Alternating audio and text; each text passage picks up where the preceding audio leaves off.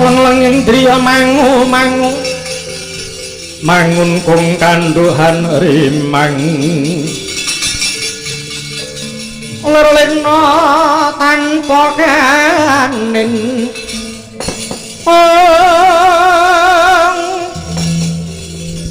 yen tantu mangko saing Dyah Utama mangkono sang nata wis nyolong ngrepok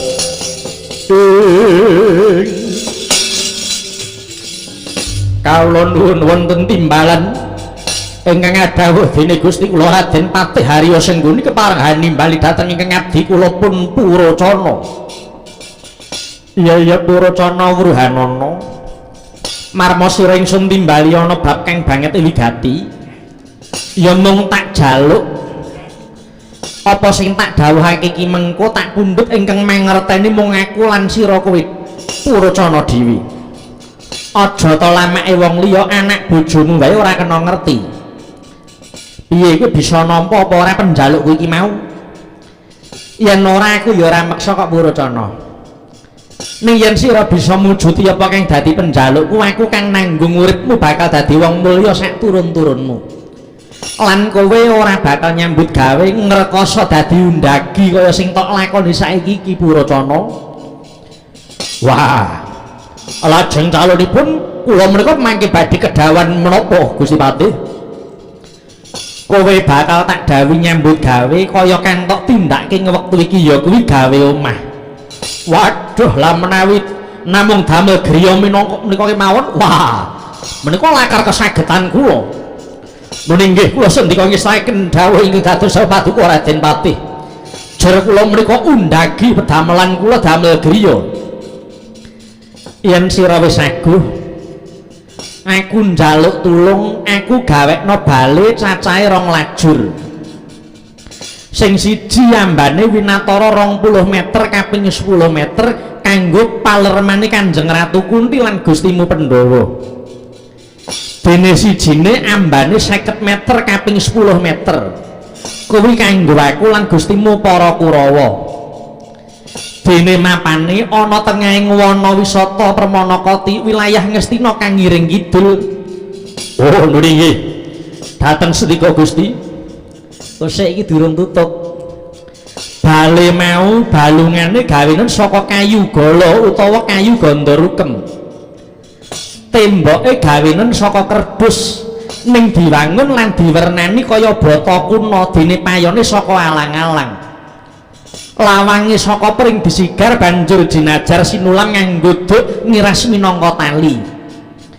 Wondene kang minangka lemek sare gawenen saka damen tinumpuk rata kandele winatara sak dengkul ngiras kanggo amben. Ing dhuwur gelarana klasa pandan lan dipisah dadi 6 kagem sare Dewi Kunti lan para Pandhawa. Uga aja lali dian blencong cacah 3 pinasang pinggir kanan pinggir kiring lan tengah. Dene sing kanggo Kurawa kabeh padha karo palermane Pandhawa, ya mung bedane sing kanggo sare aku lan Gustimu Kurawa ora susah dipadha lan ora usah diponto-ponto karben irasan dadi siji. Nuwun sewu. Lah wewangunan kados mekaten menika wau menapa mboten mutawatos itu merak kangge kawujudanipun ingkang sami lerem wonten ngriku Gusti. Jalaran wewangunan menika kala wau sedaya gampil dipun cedha dening latu. Kabeh iki mung kari pengati-atine sing padha manggon. Kowe dhewe nyumurupi ora kurang gedhong kang megrong-megrong bangunane sarwa sentosane nyatane kobong nganti ludes. Mulane aku dawuh gawe wewangunan kaya ngono kuwi mau sepisan panggawene ora butuhke wektu suwe. Kaping pindho ragate ya mung sethithik. Mula tak pundhut pajar wulan ngarep iki kudu dadi. Jalaran papan mau kanggo ajang pepanggihaning para Gustimu Pandhawa lan Kurawa. Nggone bakal nak asmani layang kekancingan tumrap Sang Ratu Kunti oleh bakal masrahke bumi Gajahhoya marang Kakang Nerpati Drestarata. Ning sepisan meneh kowe tak eling iki lho ya. Kabeh dawuhku iki mau sing ngerti mung aku karo kowe dhewe, liyane ora kena. aja ana wong liyane sing ngerti menawa bangunan sing digawe mau dumadi saka piranti kang gampang kobong. Wih, menawi pajar wulan ngajeng menika kedah dados mestipun betahaken tenaga ingkang kathah sanget Raden. Paribasan butuhke tenaga pirang ewu sing ngerti kowe. Mula ya golek sak karepmu bakune padang bulan ngarep mengko kudu dadi. Ya mung aku njaluk mengko wragate go ping 2. Merga sing separo tak ndandani omahku dhewe. Oh nggih. Setiko. Ning aja wedi, lak mboten badhe konangan to. Ora ana sing ngonangi wong sing ngesahke ya aku kok lho. Oh nggih. Setiko. Wis aja kok kian cerewet. Mundak selak ora nyandak wektune welingku kang pungkasan kesaguhan wis tok aturke marang aku iki tatawane nyawamu sak kulawargamu. Oh iya Raden. Kula nyuwun tambahi mengestu Raden Patih mugi-mugi saged mujud ing kesagahan kula. Duga-duga ngati-ati diga aja nganti kerit. Tak jaluk mung aku karo kowe sing ngerti Purocana. Nyatlangening kalang nyona gelar panda muncar. Tinon lirga kuneng.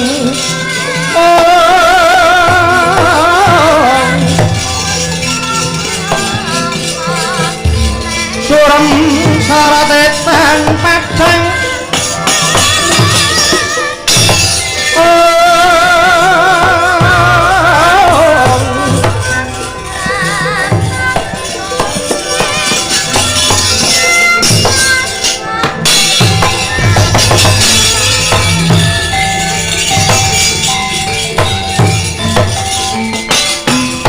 mau to kaya mengkono.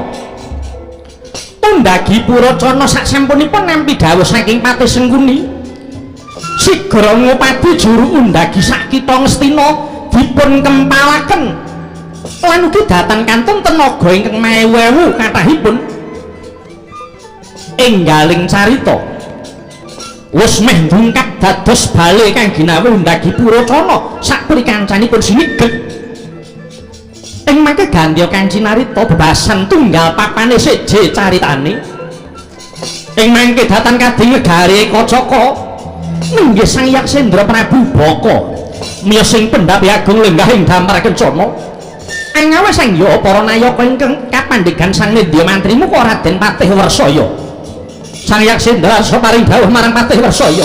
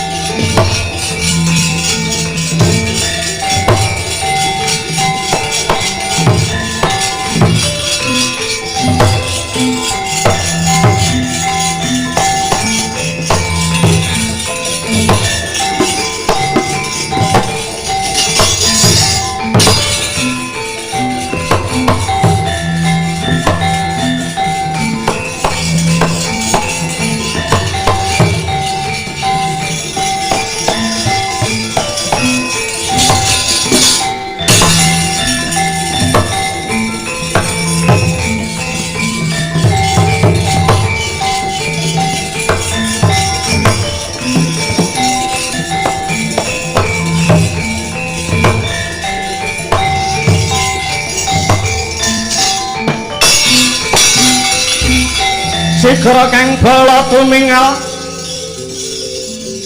acampo samya medali warna ketiwileteng kontong yuang kung mangun sang niti benjang sangat himice ati nyongedali wastuta surawilaga kaya buta sing wrekil pasti jonggo dendanya mengambak boyo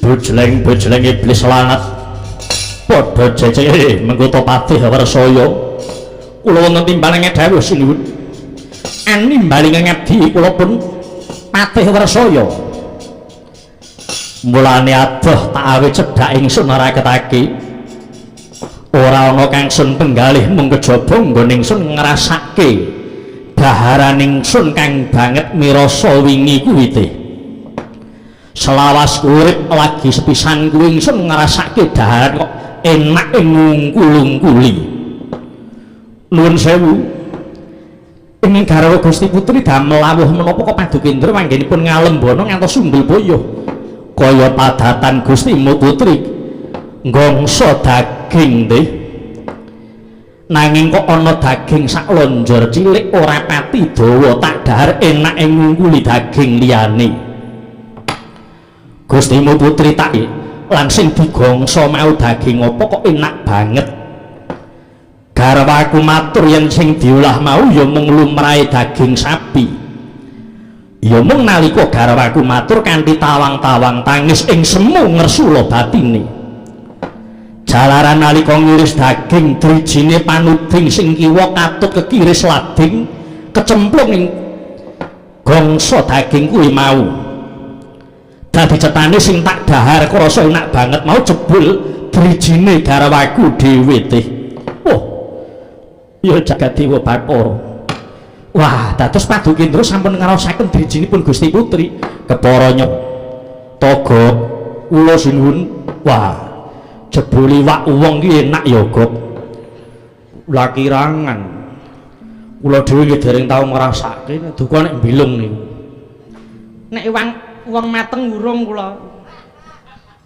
nek entah nggih nyak-nyak rangkeme mbilung lho tegese iki ora cara kene nek panganan cara kene iki ora ana sing mentah kuwi cara negaraning liya kono nanging aku kepengin mbaleni mangan daginge menungso kok Warsaya nun kula wiwit dina iki dawuhna marang para kawula sak negara Kacakra wiwit dina iki saben dina kanthi digilir kinen padha pasok daharan marang jeneng ingsun kanggo daringsun kanthi nganggo lawuh menungso siji sapa wae ora kena badal dawuhku iki yen nganti ana kang suwala aja takon dosa malah wong sak omah bakal tak mangsa kabeh kepareng matur sinuwun arep matur apa Gop dawuh paduka menika mangke sami dipun sendikani mboten aneh para kawula sak negari Kacakra badhe telas mbaka sekedhik sinuwun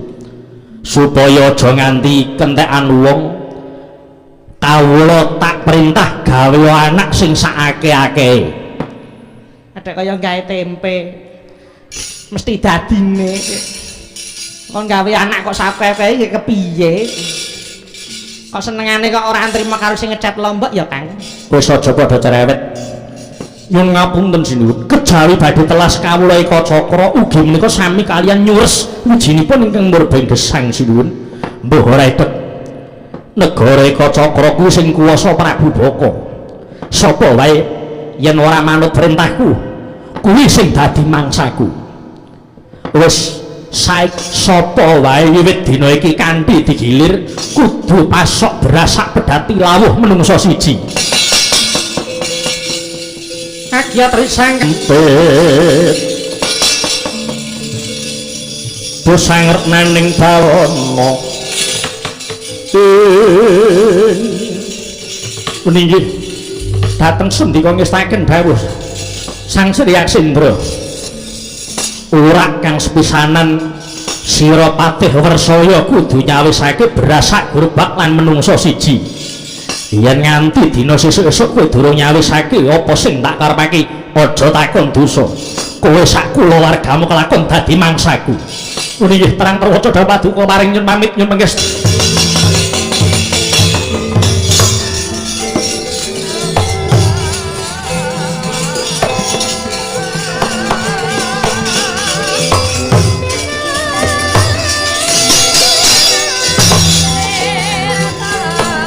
Suta Pandhata Kati Wisaya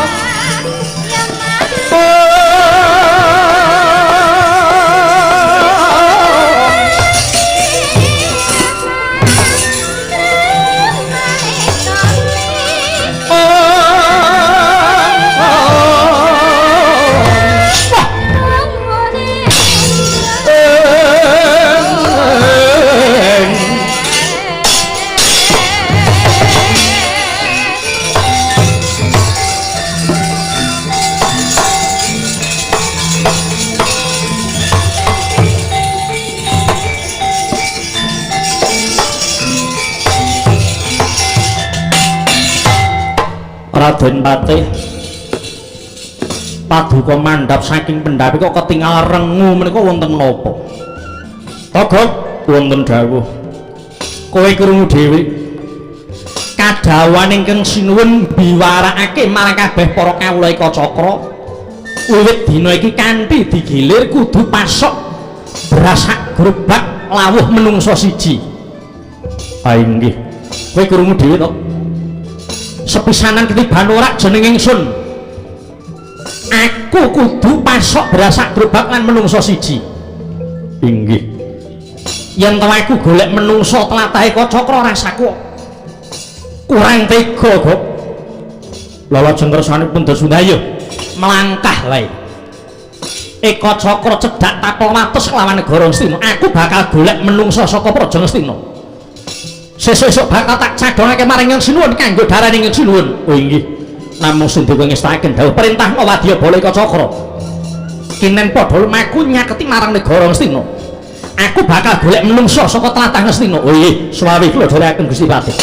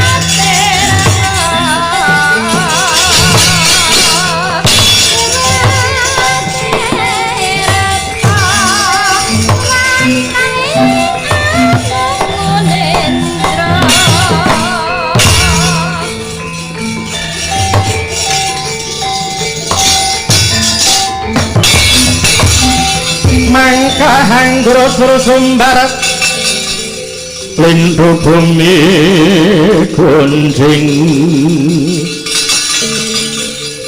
kumaluto guntur katok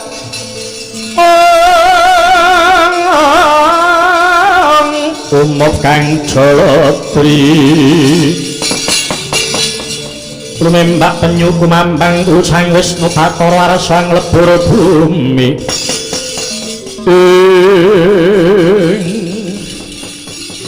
adoh nggon kulumaku saka ing Praja Ekacakra ngancik ana ing tlatah Praja Ngastina. Walah dalah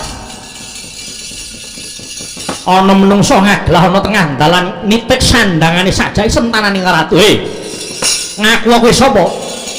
Bali takon kuwi sapa? Wadya saka ing Ekacakra. Kekesete Gustiku Prabu Baka, aranku Temenggung. Aranku Temenggung Prawira Sandi, Temenggung Prawira Sandi. Ya bali takon Swatama aranku Swatama dasar kepara nyata. Duwe karep apa ngancik tlatah Ngastina. Gandeng nggon kulumaku adoh saka Ekacakra. Sepisanan ketemu menungso ya mung kowe ayo mula melu to. Uncupna tanganmu tak bondo tangan tak srimpung sikilmu. Kaing Sinuwun Prabu Baka menungso murang tata ing ngatasé ratu sing karep mangsa daging kuwi ratu Gustimu ning kene apa kowe golek menungso ngancik ana negaraning liya. Ayo bali aja mbacut janji mbacut aja takon dosa kelakon hontuk sentananing ratu tugel glune. Walah dalah arep nyoba kaprawiran metna sastra jendramu watekan aji jaba pemantramu tebuak diadamu ora ilang nyamu takon dosa bareng.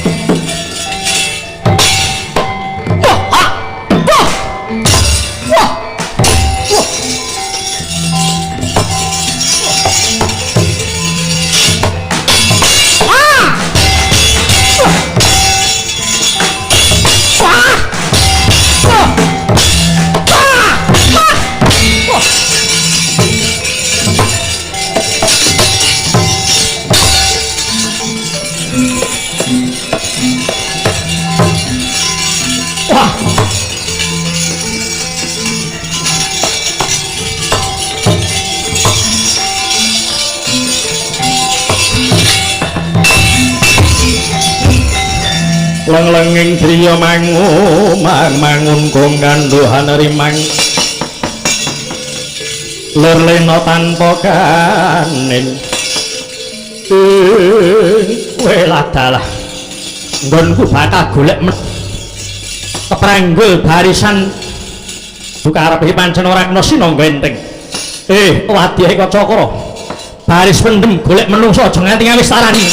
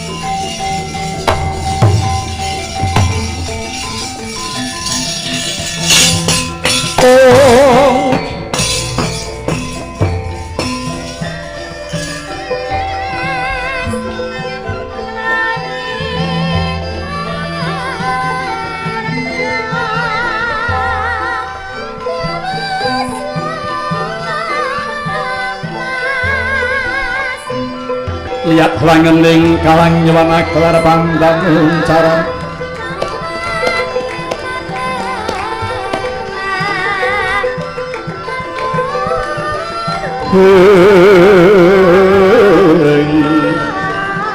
tinang lerkonang surem soro petang padang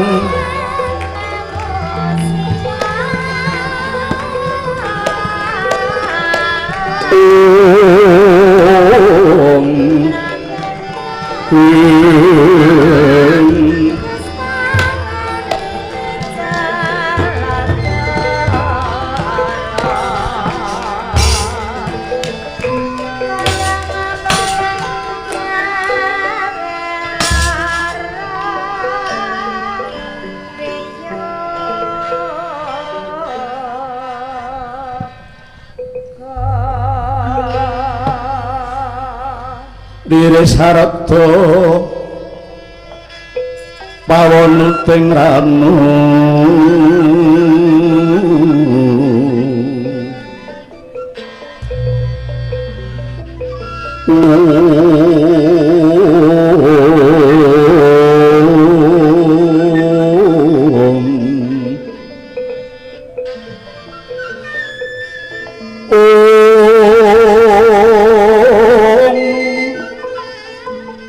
tersunggar sandira dening kanyut manis selingira Gusti wah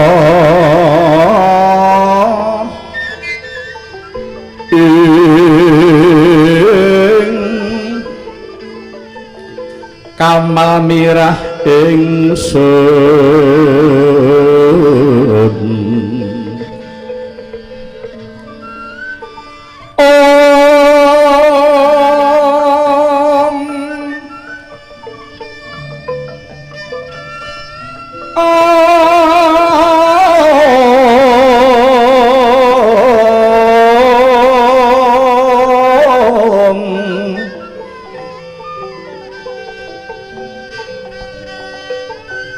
asmiratu ing uni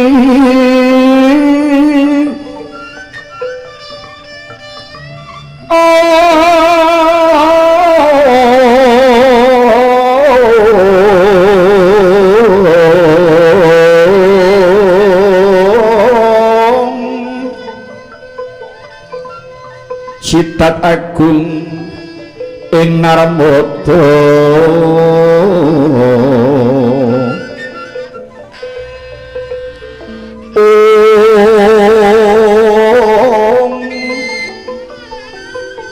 sajroning guling pangucape janone Indra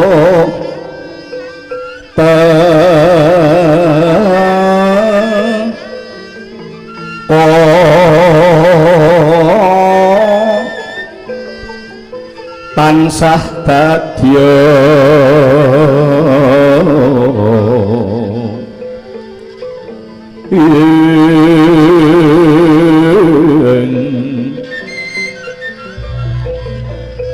linduran kewala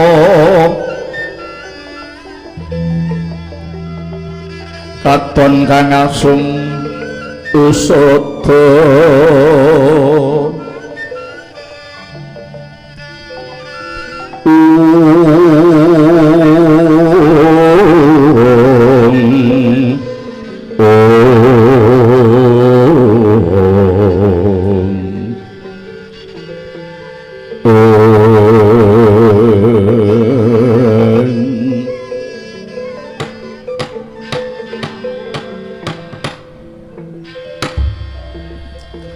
Pusah basah ambelasah lecet pilah sing ngajang patrangan watang samya butung tumbak poto strik bengkung tameng sempal ketrapel sebatang kowe jalan kata wajah boleh ikan jerbabah depan lemah lapet suwek dadari bapak ting bedomo tinabrak godo sengak nampak dodo awet saking kukusing sendo ketinggal kumending madaning panglugun cauh lawan gondarus saking lu delambah-lambah nasi bumi wis apa betut gembel kegilani saya peteng kang wancilabet us kasaputing madya ratri mangkin sunyo tengah kulem lengeng arum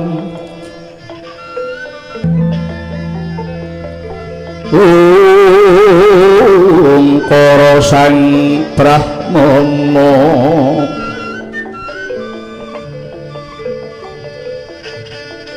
kang pendah swaraning madu prangta manuk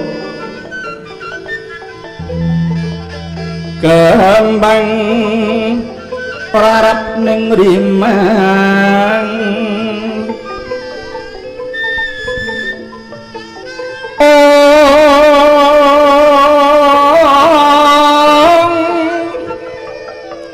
yang ningkan pemaroma sangga tanto mungkungan dilangi luar gending turinging raja swala rare manggung kang duhan rimang lirena tanpa kanin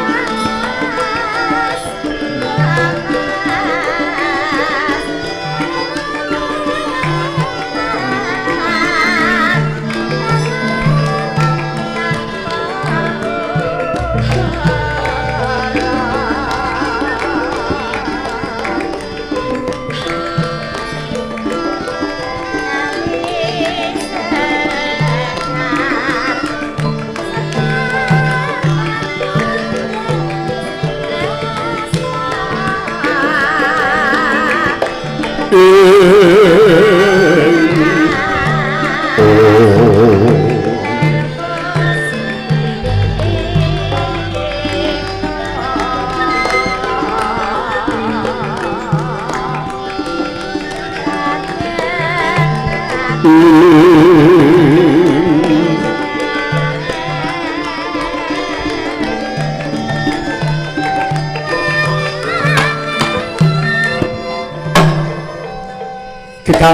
jiwang rawi manjing jolodri biar pajar cahya nelayi tondo gemanti raditya kang hangratoni bulan ratri luru panepi ganti peksi mapak cadonging gusti sayang leceh gili gemanti pindo kidunging ngersi kang mugi santi nget kang pedut lamat ketinggal urut cat pemah mujiwat pernah kebat pesasat panung cat purbaning kodrat Bagaskara suwa ngalilo cahya taratas ujung ancala dadya ngeglo siraping pura nenggih dumadi kayu kestuba pinelas prada pindha ing Hyang Nagara Jatuh menika blareng Kadipaten Gajahhoya ketika sang Ratu Kunti kang pinarak lenggah sinebo saya ora aja panca nenggih Radyan Puntadewa risang Bratasena dian permadi turun pinten kelawan tangsen teka mangkono wiling sabda sang Ratu Kunti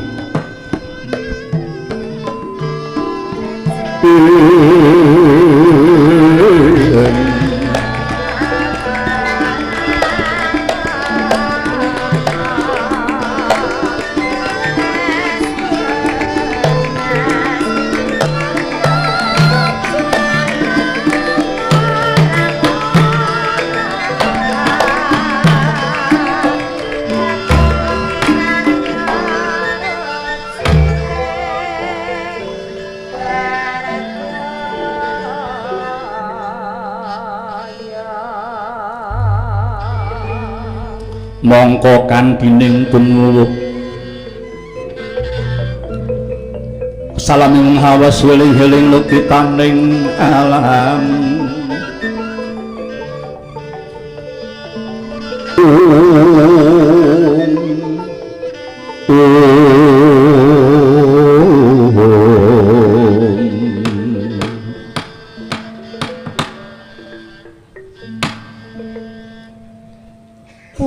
Kunggir Puntadewa Bratasena pramadilan sira kula pinten napa dene tangsen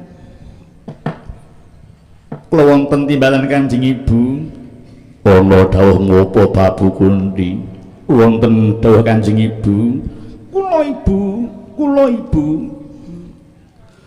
mula sira padha tak timbali ngadhep pun ibu bakal mertilake apa kang dadi kandhutaning atiku nggih. Inggih kados pundi ibu? Kaya ngapa banget nggonku unjuk syukur ing ngersaning Gusti kang nyipta jagat. Dene anak-anakku wis padha wikan marang ulaing kaprajan lan kaprajuitan. Kang kabeh mau hawit saka panggulawentahing kengiyang apa dene penemban pegawan Durna lan Reksi Krepa iya kanthi sangu kang wis padha sira tampa mau kulup ora aneh menawa kang Kakang Drestawarta keparing maringake panguwasa Praja Ngastina marang putraku Pandhawa lan maneh wis katon keluhuraning bebudenmu hawit sira wis ngrilakake bumi Gajahhoya marang Kang Drestawarta sumrambai marang para kadangmu Kurawa nggih. Kanjeng Ibu jimat sesembahan kula. Tindak tandukipun para putra menika sedaya inggih hawit saking tanamanipun Kanjeng Ibu saha Kanjeng Urma Suwargi.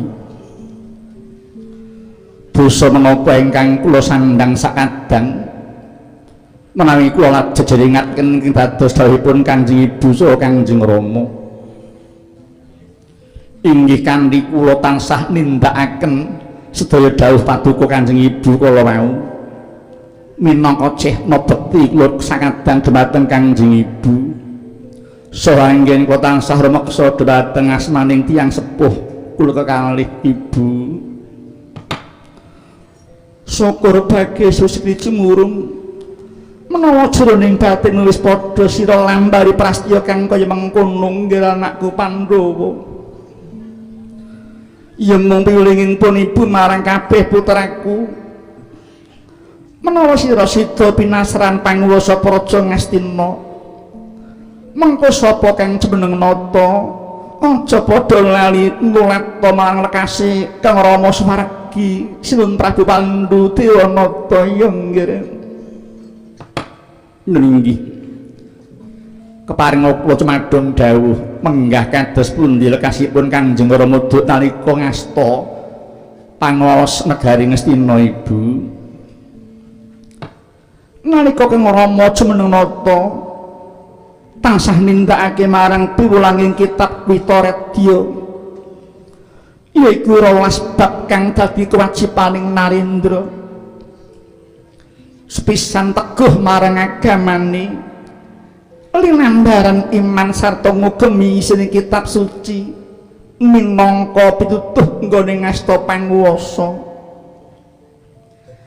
kaping pindho migatekake kebutuhaning para kawula sarta ngentas penandhanging kawula kanthi rasrana hamrasta papa cintrakaning para kawula nggih kaping 3 tansah nyaketi wong pinter tanpa pekewuh anggayuh windu ing kawuh angudi undak ing ngelmi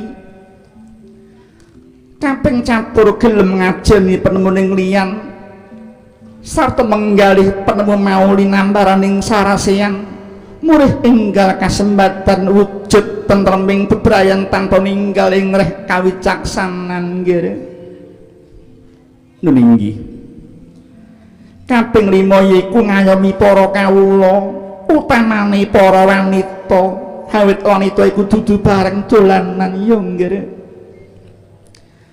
kang ngutamakake kebutuhan bebrayan ingkang kababar kaliyan mbangun papan pangibadah mbangun panti pawiyatan panti usada mbangun pasar lan mbangun dalan nuninggi kaping 7 yaiku ngedohi wicara lan miskan jalari marang teteling kawibawan kaping 8 yaiku ora gampang nibakake pandakwa kang tandha nganggo bukti kang nyata kaping 9 yaiku ora gampang mercaya jaring kandha kang tanpa panaliten awit wong kang kulina golek pengalembono iku sok lirwa mentala mitenah marang kanca kadilapur bab kang ora nyata kaping 10 yaiku orang anak mas Narapraja lan kawula sabab ada anak mas mau keladuk sembrono kepara wani nyatut asma minangka Gada kaping 11 yaiku radak siya bareng sepadha-padha kepara seneng bedono hukum lawan ganjar kang tasah kaasta dene kang wekasan yaiku kulina ngunjur nafsu ingkang kurang prayoga seneng tapa demen prihatin lan ngedohi marang watak Dursila ya nggih inggih Ibu sampun kula tampi karo paduka Kanjeng Ibu sampeyan neng boten wonten ing karempit mugi-mugi ingkang putra Pandha saged nindakaken menapa ingkang sampun kalawaken Kanjeng Ibu menika wau nggih waton teteken kanthi tekun mengko bakal ditekan nggih anakku Pandhawa nggih lha satya ingsun pringang ngulati puspita metembah kang barni mitering taman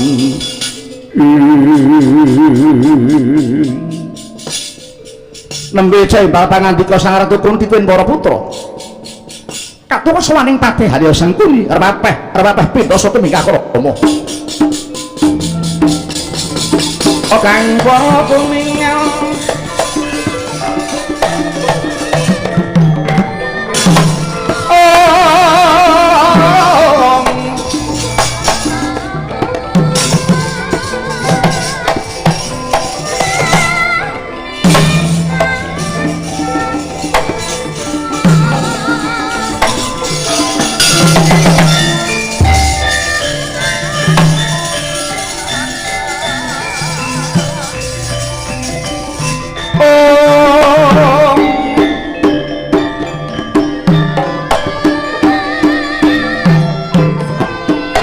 Dadya-tor miturut manut sumarah mring Gusti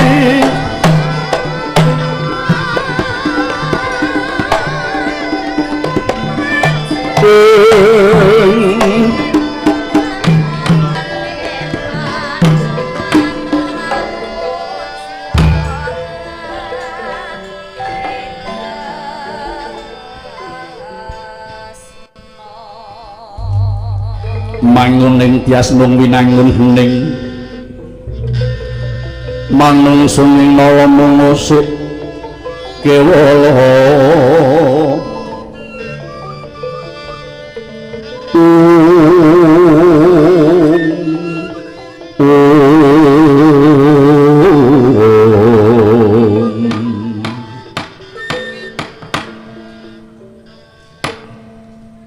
ndak waspadakake Yai Harya Suman ingkang swan marang Gajah Hoya sawise satrimu semeleh tarasam lan wis tumata lungguhmu monggo tembuli matur Yai Harya Suman ana wigati apa dene katos mung kapang awak Bajra sowanmu iki Dimas Sengguni kula wininggi Kanjeng Ratu Kunti Brata sowan kawula ing asta paduka Kanjeng Ratu mestuti dawuhipun Kakang Nrapati Drestarata paduka Kanjeng Ratu dalah para putra kula Pandhawa katimbalan sowan dhateng nagari Ngastina ingin wigatos Kakang Drestarata rika lenggan menika saestu badhe maringaken pangwaos negari Ngastina dhumateng para putra kula Pandhawa wonten ingkang Kakang Nrapati anggenipun badhe nampi rawuh paduka saha para putra Pandhawa badhe katampi wonten ing wana wisata Pramanakati wonten ing mriku sampun dipun yasaken bale ingkang sakelangkung indah wujudipun nun inggih kangge ngurmati dhumateng ingkang calon badhe ngasta pangwaos negari Ngastina Kanjeng Ratu Yai Harya Suman teka semono kawigaten ing Kakang Nrapati Drestarata marang aku sak anak-anakku Yai ya dipun Kakang lan putramu Pandhawa kula samapta ing gati sawega ing diri yen tos wanci-wanci katimbalan dening Kakang Drestarata Yai waduh dawah keleresan bilih paduka saha para putra sampun ngurmati apabila sampun kepareng kepara monggo Kanjeng Ratu kula dherekaken bidhah sakmenika Pramanakati Kanjeng Ratu dadatur miturut manut semarah mring Gusti dene siji yang utama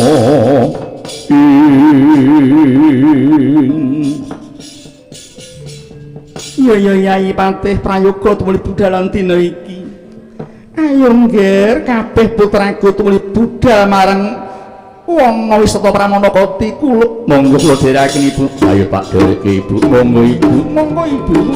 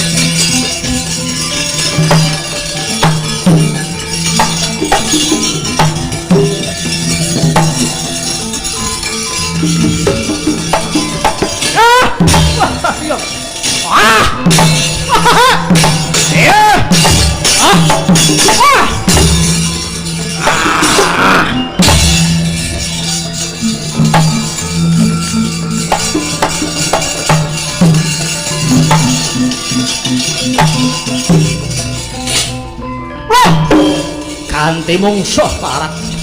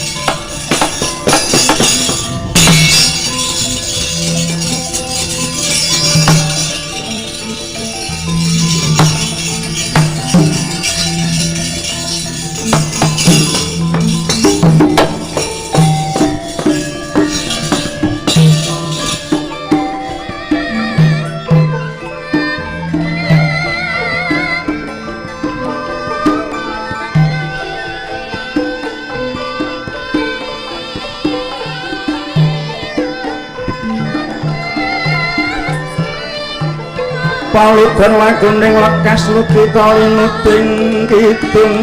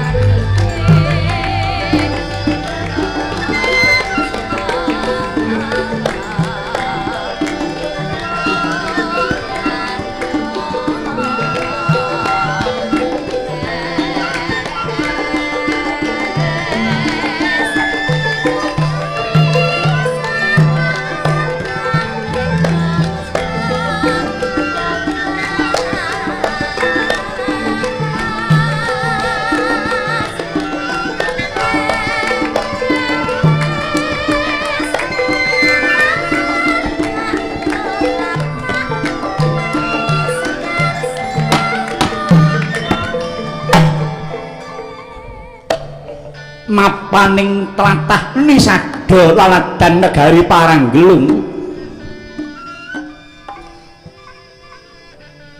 ana wis mokalik katon ora gopen ninggih mangki madyaning wisma wonten Nyai Randha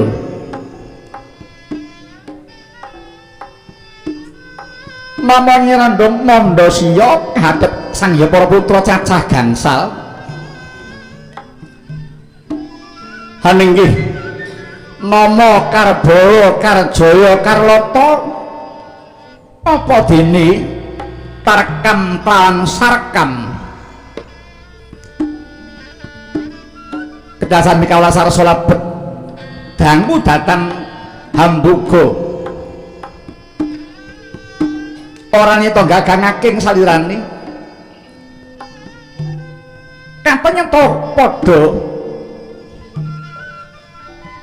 hanandang papariman teka mangkono wijining sabda nenggih Nyai Mandasiya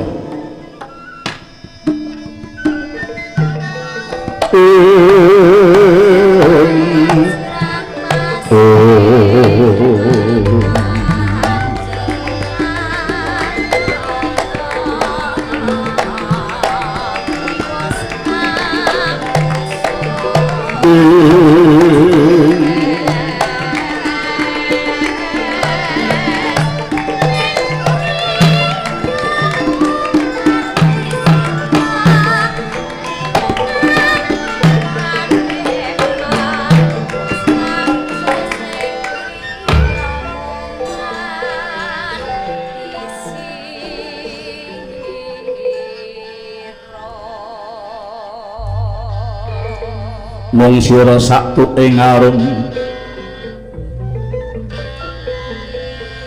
hilining manis ambale bermering kang cipta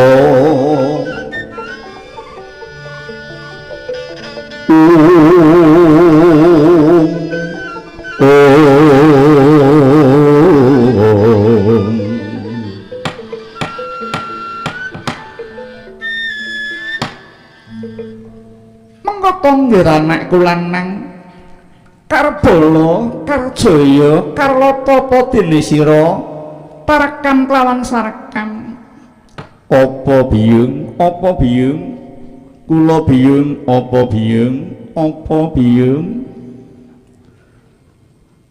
menawa nyemurupi kahananmu kabeh kaya jenait atiku nggih jalaran aku rumangsa ora bisa nyukupi marang apa kang dikebut sasedane bapakmu Kyai Rengkuh kowe isih padha cilik-cilik dadi tanggung jawabku. Ning kasunyatane aku ora bisa temandang apa-apa, sakliyane mung dijaluk marang mrene ya nggih. Biyung, aku lan dulur-dulurku sing njaluk pangapura marang Biyung. Sebab aku sak sedulur ora bisa ngrewangi Biyung golek sandang pangan. Jinaragan para dene sing ora bisa nyambut gawe apa-apa. Jalaran ora sanggup kepinteran. Tobat. Mana saya ngrantes atiku bareng sira kandha ora duwe kepinteran. Ya mergo aku ora kuat nyekolahke kowe karo adi-adimu nggih karo bolo. Wis Biyung, aja kabotan oleh memikir aku sak sedulur. Nadyan aku ora duwe kepini Biyung lan aku sak sedulur aja nganti ora mangan. Iya Biyung, nadyan aku karo dulur-dulurku ora duwe kepinteran. Ning sing baku aku ora minta apus-apus karo sapa wae kok Iyung. Biyung, utengku luwe Biyung. Utengku luwe Biyung. Lang-langing driya mangu bangun kung kanduhan ring mangu. Lelemo tanpa kandeng Patubat serkam terkam kuat-kuat to dhisik ya nggih. Ayo nggih tak kanthi golek pangan. Biyung krungu kabar menawa ndarambu Pandhawa Kurawa bakal nganake pesta rajana tengahing Wisata Pramanakati. Ayo padha tak kanthi ninggalake laladane sadha tlatah pareng gulung iki. Tumuli mlebu ngalas Pramanakati nyedhaki bendaramu sing padha pesta. Sapa ngerti mengko sisaning dalan ayo padha disuwun. Lawang ketho dinggo ganjel weteng ya ngir tak dereke Ibu.